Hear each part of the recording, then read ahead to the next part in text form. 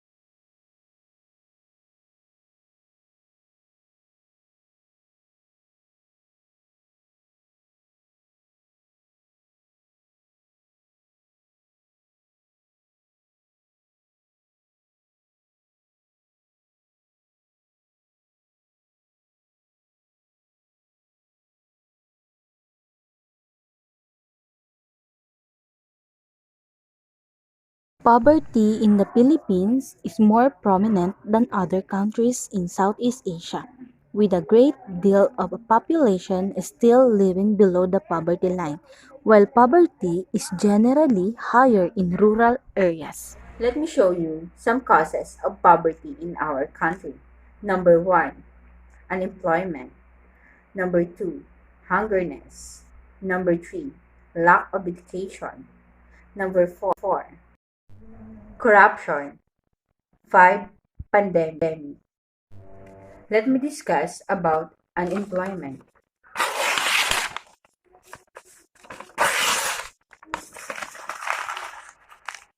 The reasons of unemployment here in the Philippines are overpopulation, oversupply of labor force on certain industries, and the inability to take on available jobs. The possible solutions to reduce unemployment are reducing occupational immobility, sustained economic growth, and employment subsidies. Lack of education.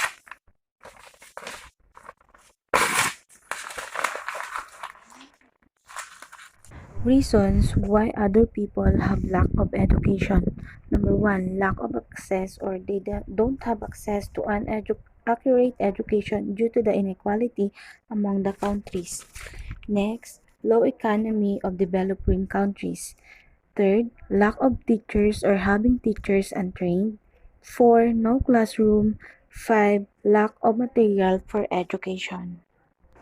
Plans for those who have lack of education. Number 1, the government must support the budget of education in our country.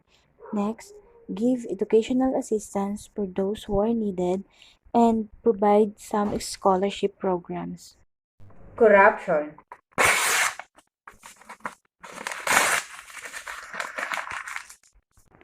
The causes of corruption. First, personal interest.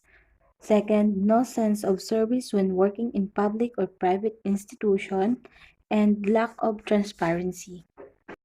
How can we end corruption? 1. End impunity. 2. Reform public administration and finance management. 3. Promote transparency and access to information and empower citizens. Hungerness. The causes of hungerness in the Philippines are overpopulation, lack of job, and they pay little with their jobs. How to reduce hungerness here in the Philippines? Number 1, provide job to other people and give food to those people who are needed. Pandemic, the latest issue in the Philippines.